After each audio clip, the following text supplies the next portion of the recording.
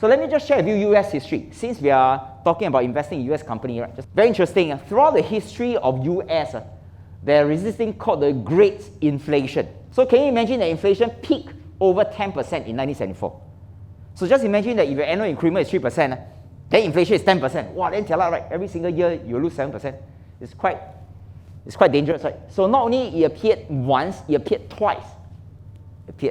So it drops and then it peaked again in 1980. So when inflation is so high, things become so expensive, right? How will the economy go? Will it become better or worse if things are so expensive and then we cannot afford? Worse. And it becomes so worse that there was a recession.